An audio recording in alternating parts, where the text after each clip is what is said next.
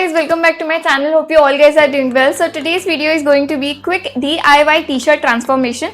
So in this video I'm going to grab all of my old clothes from my closet and I'm going to reuse them and make it look brand new. So this video is going to be much more inspiring because I've put all of my heart into this video. It took almost an entire day to film this video. I'm pretty excited for this one.